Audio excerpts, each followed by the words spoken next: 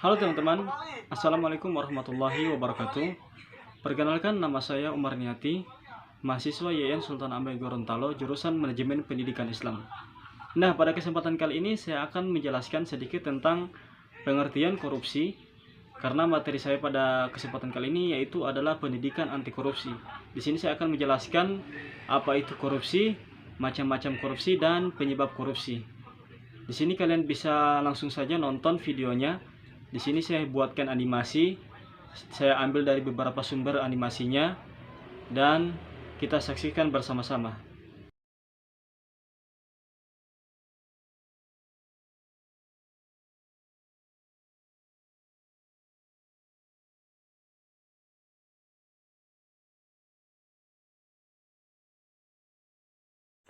Tentunya kalian pernah mendengar kata korupsi. Nah teman-teman, jadi pada kesempatan kali ini saya akan menjelaskan sedikit tentang apa itu korupsi. Nah, pada pengertian kali ini, korupsi berasal dari kata Latin yaitu corruptio. Nah, selanjutnya dikatakan corruptio ialah suatu bahasa yang lebih tua dari bahasa Latin tersebut. Nah, maka dikenal kata corruption.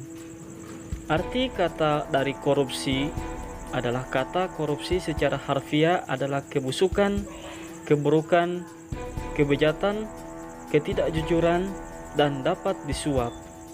Nah, menyangkut jabatan dan instansi atau aparatur pemerintahan dan penyelewengan kekuasaan jabatan.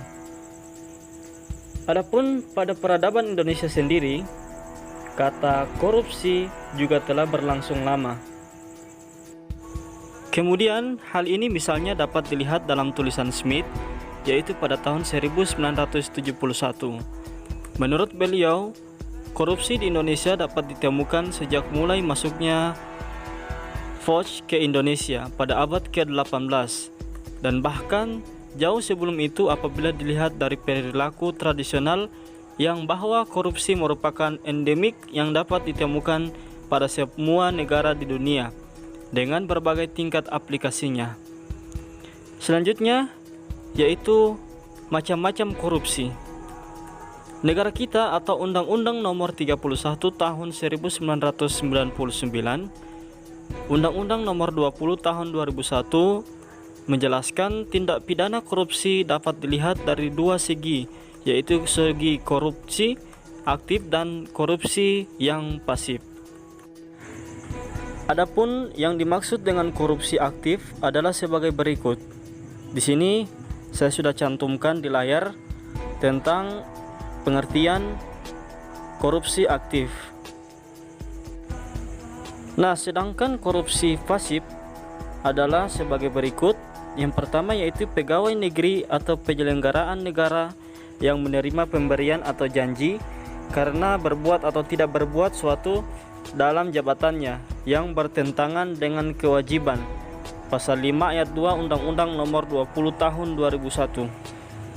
Dan kedua yaitu hakim atau advokat yang menerima pemberian atau janji untuk mempengaruhi putusan perkara yang diserahkan kepadanya untuk diadili atau untuk mempengaruhi nasihat atau pendapat yang diberikan berhubungan di perkara yang diserahkan kepada pengadilan untuk diadili. Pasal 6 ayat 2 Undang-Undang Nomor 20 Tahun 2001 dan seterusnya. Selanjutnya, faktor penyebab korupsi Indonesia. Nah, bisa kita lihat, kita bisa saksikan di layar. Ini ada beberapa faktor yang dapat menyebabkan korupsi terjadi di Indonesia yang harus kita hindari. Nah, di sini saya sudah cantumkan kurang lebih 17 faktor yang bisa kalian baca melalui layar HP kalian. Selanjutnya yaitu demokrasi korupsi menunjukkan tantangan serius terhadap pembangunan. Di dalam dunia politik, korupsi mempersulit demokrasi dan tata pemerintahan yang baik dengan cara menghancurkan proses formal. Korupsi di pemilihan umum dan di badan legislatif mengurangi akuntabilitas dan perwakilan di pembentukan kebijaksanaan. Korupsi di sistem pengadilan menghentikan ketertiban hukum, dan korupsi di pemerintahan publik tidak seimbangkan dengan pelayanan masyarakat.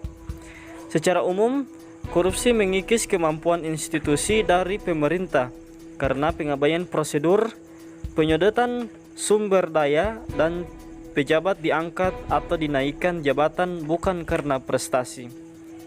Korupsi juga mengurangi kualitas pelayanan dari pemerintahan dan infrastruktur, serta menambahkan tekanan-tekanan terhadap anggaran pemerintah. Para pakar ekonomi memberikan pendapat bahwa salah satu faktor keterbelakangan pembangunan ekonomi di Afrika adalah korupsi yang berbentuk penagihan sewa yang menyebabkan perpindahan penanaman modal atau capital investment ke luar negeri, bukannya diinvestasikan ke dalam negeri, atau maka adanya ejekan yang sering benar-benar bahwa ada diktator Afrika yang memiliki rekening bank di Swiss. Perusahaan yang memiliki koneksi dilindungi dari persaingan dan sebagai hasil mempertahankan perusahaan-perusahaan yang tidak efisien. Korupsi menimbulkan distorsi kekacauan di dalam sektor publik dengan mengalihkan investasi publik ke proyek-proyek masyarakat. Masyarakat yang mana sogokan-sogokan dan upah tersedia lebih banyak, yaitu dengan pejabat mungkin menambah kompleksitas proyek masyarakat untuk menyembunyikan praktek korupsi yang akhirnya menghasilkan lebih banyak kekacauan, dan korupsi juga mengurangi pemenuhan syarat-syarat keamanan bangunan, lingkungan hidup, atau aturan-aturan yang lain. Nah, sampai di sini dulu pengertian dari korupsi yang bisa saya jabarkan.